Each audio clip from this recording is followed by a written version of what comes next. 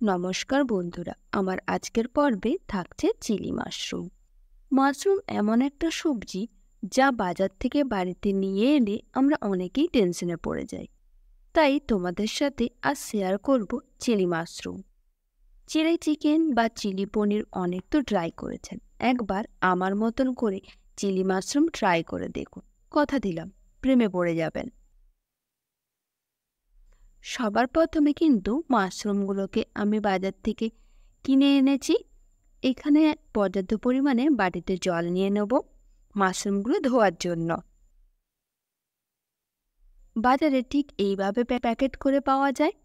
মাশরুমটা প্রথমে দেখে অনেক মনে হলেও পরে কিন্তু কমে যাবে।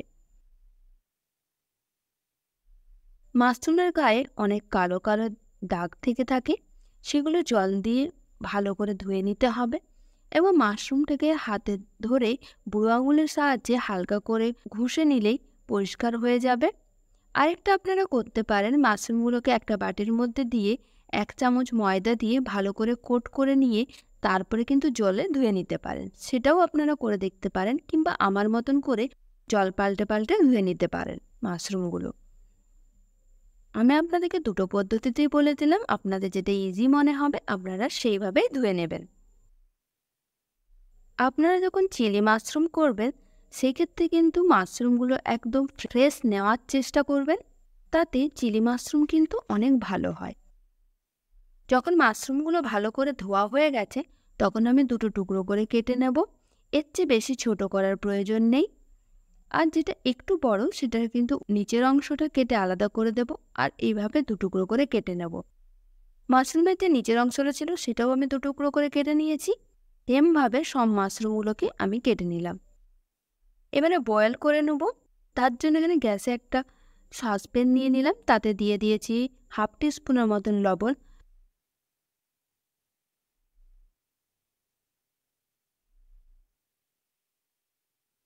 যখন হালকা গরম হয়ে গেছে তখন দিয়ে দেবো মাশরুমগুলো।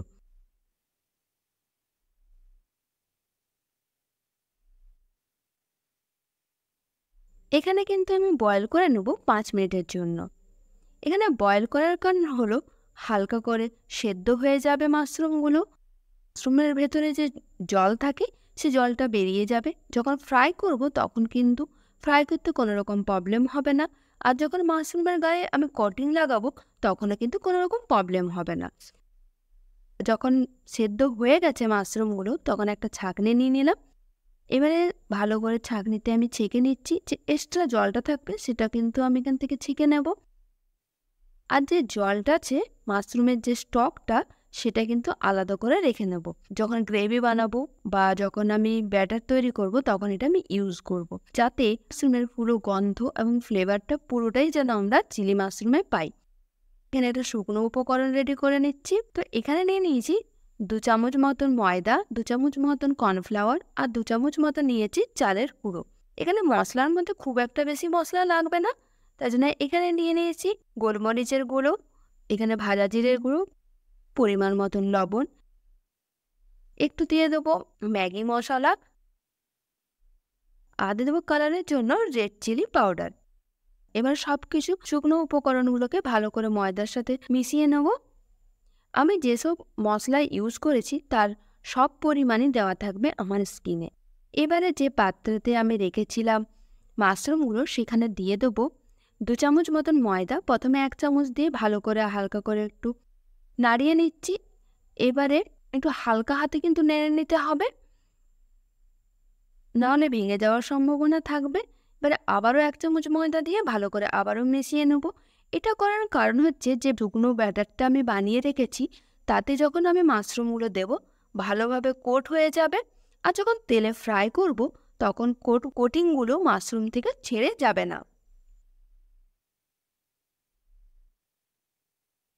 একসাথে সব মাশরুমগুলো দিয়ে কোট করব না, অল্প অল্প দেব আর হালকা হাতে নেড়ে নেব। এবারে হাতে এক একটা মাশরুম হাতে তুলে নেব, দিয়ে হালকা করে নেড়ে নেব, যাতে এক্সট্রা ময়দা বা কর্নফ্লাওয়ারের শুকনো উপকরণগুলো নিচে পড়ে যাবে। আর এইভাবে একটা জালিদার স্ট্যান্ডের মধ্যে রেখে নেব এবং এক একটা মাশরুমকে এইভাবে ছেঁকে ছেঁকে আমি আলাদা আলাদা করে রাখবো, যাতে একে অপরের সাথে আটকে না যায়।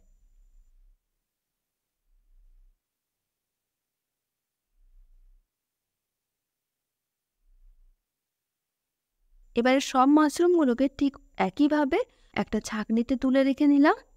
এটা কিন্তু আপনারা ভাজার 5 মিনিট আগে রাখবেন এবং রেস্টে রাখবেন 5 মিনিটের জন্য। এবারে কড়াইতে আমি তেল দিয়ে দিলাম। এখানে কিন্তু আমি ডিপ ফ্রাই করছি, তার জন্য এখানে একটু বেশি পরিমাণে তেল রেখেছি। আর গ্যাসের ফ্লেমটা একদম লোতে রাখতে হবে। এবার একটা একটা করে মাশরুম তেলের মধ্যে ছেড়ে দিতে হবে। এখানে কিন্তু সবগুলো একসাথে দেবো না, আমি এখানে দুটো ব্যাচে ভেজে নিয়েছি। গ্যাসের ফ্লেমটা লোতে রেখে হালকা করে নেড়ে নেড়ে ভেজে নেব যতক্ষণ না পর্যন্ত কালারটা চেঞ্জ হয়ে যাচ্ছে। একদম লাল লাল করে ভেজে নেব।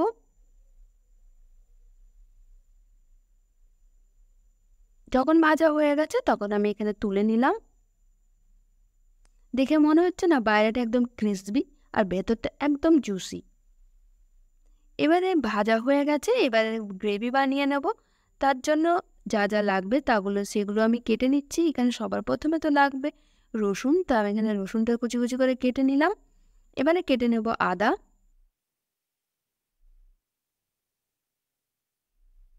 আদাটাও আমি ছোট ছোট টুকরো করে কেটে নিচ্ছি। এখন যতটা সম্ভব ছোট করা যায় আপনারা ততটা সম্ভব ছোট করে কেটে নেবেন। এবারে কেটে নেব কাঁচা লঙ্কা। এখানে কিন্তু ঝালের পরিমাণটা আপনাদের পছন্দ মতন করে নেবেন। এবারে কেটে নেব পেঁয়াজ।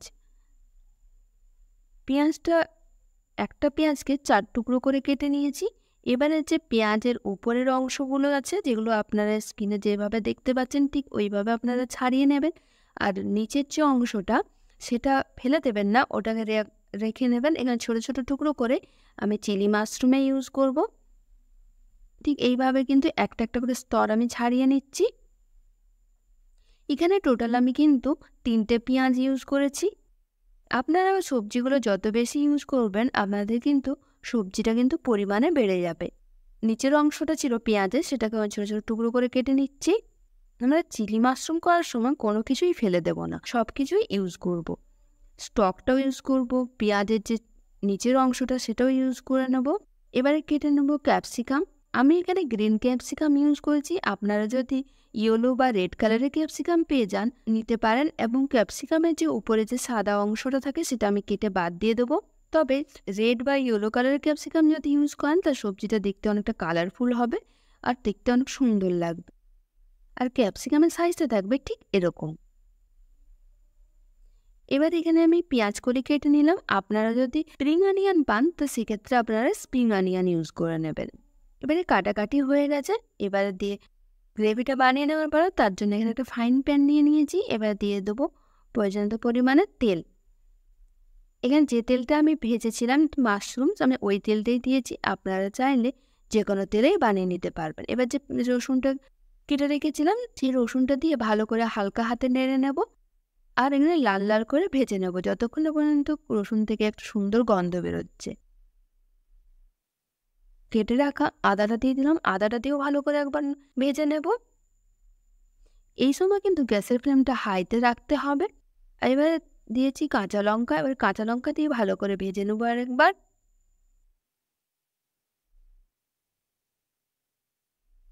এবারে দিয়ে দেবো কেটে রাখা পেঁয়াজ। এটা কিন্তু ছোটো ছোটো টুকরো করে কেটে রাখা পেঁয়াজটা প্রথমে দিয়ে হালকা করে ভেজে নেব।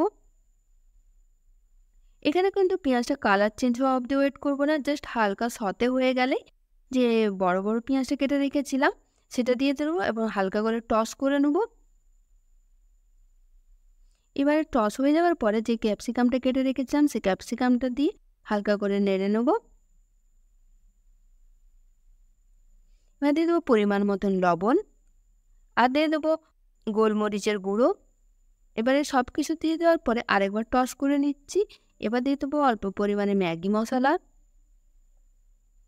ম্যাগি মশলা চাইনিজ ডিশে দিলে দুর্দান্ত টেস্ট হয়, আপনারা কিন্তু একবার দিয়ে দেখবেন। এবারে যে স্টকটা বানিয়ে রেখেছিলাম সেই স্টকটা দিয়ে দিলাম। স্টকটা দেওয়ার কারণে মাশরুমের যে নিজস্ব গন্ধ বা নিজস্ব ফ্লেভার ওটা কিন্তু থেকে যাবে একদম চিলি মাশরুমের মধ্যে। এবার একটা সস বানিয়ে নেব। তার জন্য এখানে টমেটো ক্যাচপ বা টমেটো সস নিয়ে নিন 3 চামচের মতন। আর নিয়ে নেব রেড চিলি সস 1 চামচ আর গ্রিন চিলি সস 1 চামচ। আর নিয়ে নেব ভিনিগার 1 চামচ।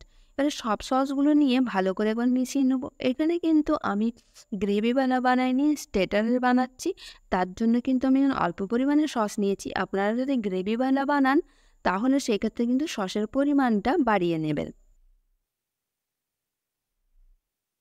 এবারে হালকা করে যখন সসগুলো সব মিশে গেছে এবং ফুটে গেছে, তখন যে ভেজে রাখা মাশরুমগুলো ছিল সেগুলো দিয়ে দেবো। দিয়ে কিন্তু হালকা হাতে নাড়তে হবে, না হলে কিন্তু মাশরুমের যে কোটিংটা থাকে বা মাশরুমের গায়ে যে ক্রিস্পি ভাবটা থাকে সেটা কিন্তু খুলে যাওয়ার সম্ভাবনা থাকবে। এবারে দিয়ে দেবো সয়া সস 1 চামচ মতন।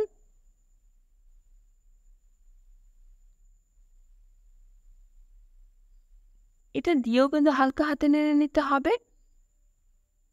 এবারে গ্রেভিটাকে ঘন করার জন্য আমি একটা ব্যাটার তৈরি করে নিয়েছি। তার জন্য 1 চামচ মতন কর্নফ্লাওয়ার নিয়ে নিলাম। আর যে মাশরুমের স্টকটা ছিল সেটাও দিয়ে দেবো। দিয়ে আবারও নেড়ে চেড়ে একটা মিশ্রণ তৈরি করে নেব। এবারে দিয়ে দেবো ওই গ্রেভির মধ্যে। এবার গ্রেভির মধ্যে দিয়ে ভালো করে হালকা করে নেড়ে নেব। নেড়ে উপর থেকে ছড়িয়ে দেবো পেঁয়াজ কলি আর উপর থেকে ছড়িয়ে দেবো তিল।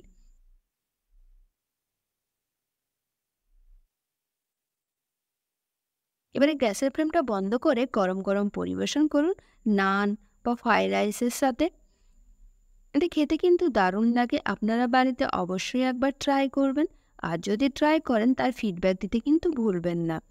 আমার আজকের রেসিপিটা আপনাদের কেমন লাগলো তা কিন্তু কমেন্ট করে জানাবেন। ভালো থাকবেন, সুস্থ থাকবেন। ধন্যবাদ।